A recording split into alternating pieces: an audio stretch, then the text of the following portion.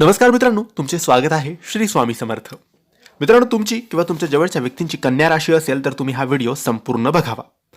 मित्रांनो, तुम्हाला तुमचे काही प्रश्न असतील, तुम्हाला कोणत्या गोष्टी संदर्भात काही मार्गदर्शन हवं असेल किंवा काही अडचणी असतील, तुमच्या आयुष्यात वारंवार अडचणी येत असतील, पैसा, नोकरी, लग्न, घरातील ताण तणाव, बिझनेस या संदर्भात तुम्हाला कोणत्याही अडचणी असतील, तुम्हाला व्यवस्थित पत्रिका कुंडली बघून दोष कोणते आहेत ते जाणून घ्यायचे असेल, त्यावर कोणते उपाय करावेत, कोणती सेवा करावी आणि यामधून कसं बाहेर निघावं, आमचे सगळे प्रश्न कसे सोडले जातील हे सगळं जाणून घ्यायचं असेल तर तुम्ही आम्हाला दिलेल्या व्हॉट्सॲप नंबरवर नक्की मेसेज करू शकता.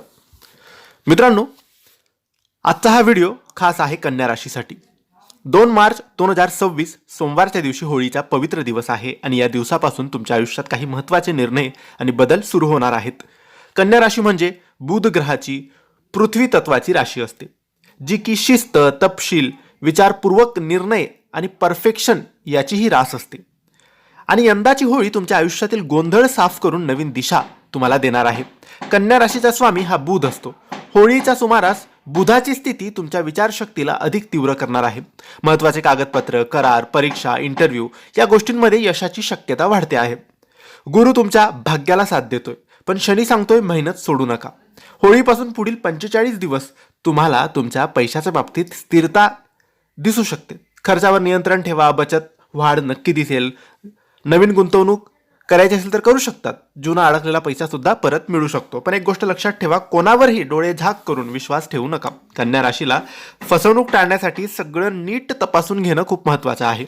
कन्या राशी मेहनती असते, पण कधी कधी स्वतःवर जास्त ती टीका करते. होळीपासून तुमच्या कामाची प्रशंसा तर होणारच आहे. प्रमोशनची शक्यता आहे, नवीन जबाबदाऱ्या मिळू शकतात, ऑफिसमध्ये मान सन्मान मिळेल, सरकारी कामं असतील त्यामध्ये यश मिळेल. जर तुम्ही व्यवसाय करत असाल तर छोट्या चुका अजिबात करू नका. कन्या राशी भावनिक असते, पण ती कधीच दाखवत नाही. होळीच्या आसपास तुमच्या नातेसंबंधात स्पष्टता येईल, गैरसमज तुमचे दूर होतील, लग्नाचा विषय पुढे जाईल. सिंगल लोकांसाठी स्थिर नातं समोर दिसू शकतं, पण अति विचार करू नका. कधी कधी जास्त विश्लेषणाने नातं बिघडू शकतं. होळीपासून 30 ते 60 दिवस तुमच्या बोलण्यावर आणि निर्णयावर लक्ष ठेवा. कागदपत्रे तपासा, आरोग्याकडे दुर्लक्ष करू नका, जुने वाद उकरून काढू नका. शनी सांगतोय शांत राहा आणि संयम ठेव. आरोग्याबाबत बोलायचं झालं तर पोटाचे त्रास असतील, त्वचेचा त्रास असेल, ताण तणाव असेल, झोपेची समस्या या गोष्टींकडे विशेष तुम्ही लक्ष द्यावे. दर बुधवारी ओम बुधाय नमः या मंत्राचा जप करा, तुम्हाला याने फायदा होईल. मित्रांनो, होळीच्या दिवशी तुम्ही काही खास उपाय करू शकतात. घराची साफसफाई करा, नकारात्मकता दूर होईल. विष्णू भगवानाची पूजा करा. ओम नमो भगवते वासुदेवा या मंत्राचा जप करा, यामुळे ग्रहांचा अशुभ प्रभाव कमी होईल.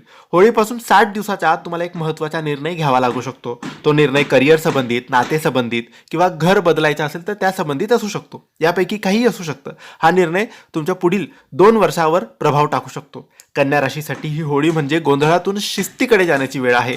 ज्यांनी खूप मेहनत केली पण परिणाम मिळाला नाही, त्यांच्यासाठी आता फळ मिळण्याची वेळ आलेली आहे. पण लक्षात ठेवा, परफेक्शनच्या मागे धावताना आनंद हरवून बसू नका. जर तुम्ही संतुलन ठेवलं तर 2026चे हे वर्ष तुमच्यासाठी स्थिर आणि यशस्वी वर्ष ठरणार आहे. जर तुम्ही कन्या राशीचे असाल तर कमेंट्समध्ये श्री स्वामी समर्थ नक्की लिहा. आणि ही माहिती, हा व्हिडिओ तुम्हाला आवडला असेल तर लाईक करा, शेअर करा. काही प्रश्न असतील तर कमेंट्सद्वारे विचारा आणि आमच्या चॅनलला सबस्क्राईब करायला विसरू नका. धन्यवाद.